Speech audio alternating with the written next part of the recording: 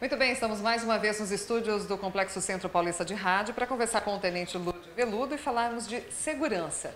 Desta vez o nosso bate-papo, Tenente, é sobre Maio Amarelo. Maio Amarelo, que é um movimento, uma mobilização que consiste justamente em levar a conscientização da sociedade frente aos cuidados e à importância da direção segura. E é sobre este assunto que nós conversamos nesta tarde. Destacamos também, Tenente, sobre a questão da importância de conscientizarmos a questão dos acidentes de trânsito. Quando a gente volta isso para Ibitinga, considerando os índices de acidentes que não são baixos, né? Evidentemente que hoje o bate-papo é justamente para falarmos sobre isso. O senhor tem para nos apresentar algumas informações para a gente poder falar sobre essa mobilização? Boa tarde, Daniela. Boa tarde. Boa tarde, ouvintes. Mais uma vez, muito obrigado pela oportunidade. Estamos também diante de um quadro muito preocupante, que é o quadro do trânsito na cidade de Ibitinga. Primeiramente, gostaria de colocar alguns dados referentes à Organização Mundial da Saúde, que ela trouxe para a gente no ano passado, de 2016, que o Brasil está em 4º lugar nas Américas como o país que mais vitimiza pessoas no trânsito. 4º lugar? Em 4º lugar. Perdemos apenas para Belize, República Dominicana e Venezuela. Nós temos uma média de 23,4 pessoas mortas por 100 mil habitantes no trânsito. É um índice altíssimo. E Ibitinga tem uma média de 48 ocorrências diretamente relacionadas ao trânsito por mês. Então, Daniela, a gente tem uma média de aproximadamente 2 ocorrências por dia relacionadas diretamente ao trânsito, acidentes de trânsito, com ou sem vítima e atropelamentos. Uma situação muito preocupante se nós formos comparar a cidade de Ibitinga a outras cidades da região. Temos aqui indicadores, inclusive, né, acrescentando ao que o Tenente nos divulga, que cerca de 90% dos acidentes têm como motivação falhas humanas, imperícia, imprudência, desatenção. E é justamente sobre isso que o Maio Amarelo vem trazer essa consciência, Tenente. Eu acho que é a importância de reconhecer que a grande parte dos acidentes é devido à falha do condutor. Correto, Daniela. A gente pode dividir os acidentes de trânsito em evitáveis e não evitáveis. Colocando uma análise focada nos acidentes evitáveis, nós podemos perceber que a imprudência, a imperícia e a negligência imperam. Mais de 90% dos acidentes de trânsito são causados devido a estes fatores. A imprudência, falta de cautela, a imperícia, a falta de atenção, ou melhor, a falta de aptidão do condutor. E por fim, a negligência, que é a falta de prudência. Então, as falhas humanas, elas estão muito à frente de outros tipos de falhas que nós poderíamos dizer que são não evitáveis, como, por exemplo, um clima, um animal que entra na frente do veículo. Então, o grande problema mesmo é o condutor, é o ser humano. Ele é o grande causador dos acidentes. A maior parte dos acidentes tem uma evidência relacionada à faixa etária, os mais jovens, condutores mais novos que recentemente tiraram sua carteira de habilitação, enfim, tem algum aspecto que a gente pode citar? Pessoas mais jovens ou esses índices eles envolvem todas as idades? Quando falamos de imprudência, por exemplo. Tomando por base a nossa experiência de Ibitinga, eu posso citar algo relacionado a um ditado popular. Morre afogado quem sabe nadar. Essa é a grande verdade. Quem comete a maioria dos acidentes de trânsito são os ditos expert em trânsito. Nós temos a população mais jovem cometendo acidente de trânsito. Aqueles que se acham em melhores condições de dirigir, etc. Sem nenhuma experiência, acham que tem condições, Pois é. As mulheres são mais cautelosas. São mais prudentes. E os idosos também, sem sombra de dúvida. Os homens cometem muito mais acidentes de trânsito do que as mulheres. E mais jovens. E mais jovens. Isso é fato, isso é estatística. A gente pode comprovar estatisticamente. Muito bem. Quando falamos sobre prevenção, já que nós temos aí índices que são tristes, né? Quando falamos de números, é evidente que nós estamos tratando de vidas humanas. E quando falamos de medidas, de forma simples, há possibilidades de se reduzir substancialmente esses números, Tenente, no dia a dia? Claro, Daniela. Foi o que eu falei para você. A causa maior é o motorista. Então a gente verifica o quê?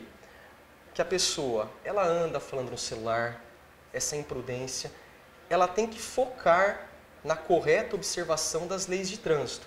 Não dá seta para virar o carro, são medidas muito simples. Parece que eu estou falando isso, todos sabem. Se eu falar aqui, poxa gente, tem que dar seta para virar, mas as pessoas não dão e isso causa acidente de trânsito. Eu acredito que a maioria não utilize deste equipamento, tornando-se ele um acessório no veículo, tenente. Sem sombra de dúvida. As pessoas acabam usando como um acessório, a seta ela é inevitável. Hoje pela manhã no painel policial, por exemplo, nós citamos uma colisão entre veículos no qual um dos condutores não percebeu a sinalização obrigatória de parada e acabou avançando. Evidentemente que não tem como evitar, às vezes as colisões acontecem, são acidentes. Em um outro momento, num segundo acidente que nós tivemos em Ibitinga, a questão da falta de atenção pelo não uso da seta. A princípio, o condutor falou, olha, simplesmente ele não acionou a seta, eu não imaginei que ele fosse virar à esquerda. Acabou colidindo lateralmente, mas enfim, é uma colisão, acaba gerando danos, fica um transtorno para os condutores. Essas são coisas que poderiam ser evitadas. Exemplo claro de imprudência. A falta de observação da sinalização, muitas vezes da sinalização semafórica também, o pessoal passa no vermelho. O semáforo, na questão Sim. o semáforo vermelho, as pessoas passam. Como se desconhecessem a norma mais básica e a existência do semáforo. É algo assim que se nós formos patrulhar a Polícia Militar exclusivamente para fiscalizar trânsito, as outras demandas nós temos que deixar totalmente de lado. Isso é uma cultura terrível do brasileiro, Daniela. É complicado. O brasileiro ele não respeita a faixa de pedestre como um todo, a gente verifica. Não respeita as sinalizações de parada, as sinalizações semafóricas, muitos não usam cinto de segurança, a seta mesmo. Então são coisas tão básicas que infelizmente nós verificamos no nosso dia a dia que as pessoas não se preocupam. Ou seja, é uma sucessão de questões que considera-se a falta de respeito ao próximo. Porque quando a gente fala de uma faixa de pedestre, existe um idoso que passa com uma certa cautela, com uma certa demora, uma criança, enfim, uma pessoa que por ali passa e as pessoas sequer se preocupam com isso. Então isso é uma falta de respeito, a gente começa a perceber a falta do respeito mútuo entre as pessoas. De cidadania. Exatamente. A falta de cidadania. A prática de cidadania nós temos deixado a desejar muito em nosso país, tenente, infelizmente. Concordo. E aí, para finalizar, eu acho que o ponto crucial que a gente fecha esse assunto falando da importância que é atender às normas e à legislação do trânsito, embriaguez ao volante. Este praticamente é o vilão de tudo. É o vilão. Nós temos praticamente em todo final de semana ocorrências de flagrante de embriaguez ao volante. Então, Daniela, primeiramente eu gostaria de fazer uma pequena diferenciação entre a infração de trânsito, que é dirigir sob influência de álcool, e o crime de embriaguez. Então, o artigo 65 ele contempla você dirigir sob influência do álcool, apenas infração de trânsito.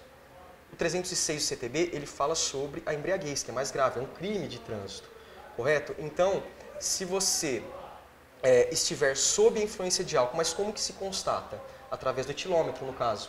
Então, 0,33 miligramas de álcool por litro alveolar pulmonar, menos de 0,33. A pessoa está sob influência. Acima disso, ela está embriagada. Então vamos lá. Abaixo de 0,33, aplica-se o artigo 161, sob influência, apenas infração de trânsito. Então, na infração de trânsito, a gente tem penalidade e medida administrativa. As penalidades: multa de 10 vezes e a suspensão de 12 meses do direito de dirigir. A multa é altíssima. São quase R$3.000, tenente. Então, Daniela, a gente não se atém muito aos valores. Entendi. Na verdade, é uma variável, né? Existem números... A Polícia Militar não se preocupa muito com relação ao valor, né? A gente está mais preocupado mesmo que o indivíduo ele não dirija sob influência de álcool. Essa é a nossa grande preocupação. A causar acidente, ter o seu bem danificado, esse tipo de situação. Influência de álcool até 0,33. Isso corresponde, no indivíduo adulto, tenente, a há uma ingestão pequena de álcool, mas ela pode causar danos, ela pode atrapalhar, enfim, toda a coordenação, enfim, todas essas coisas. Já é provado que isso influencia na coordenação motora do indivíduo. Sim, porque cada organismo responde de uma forma.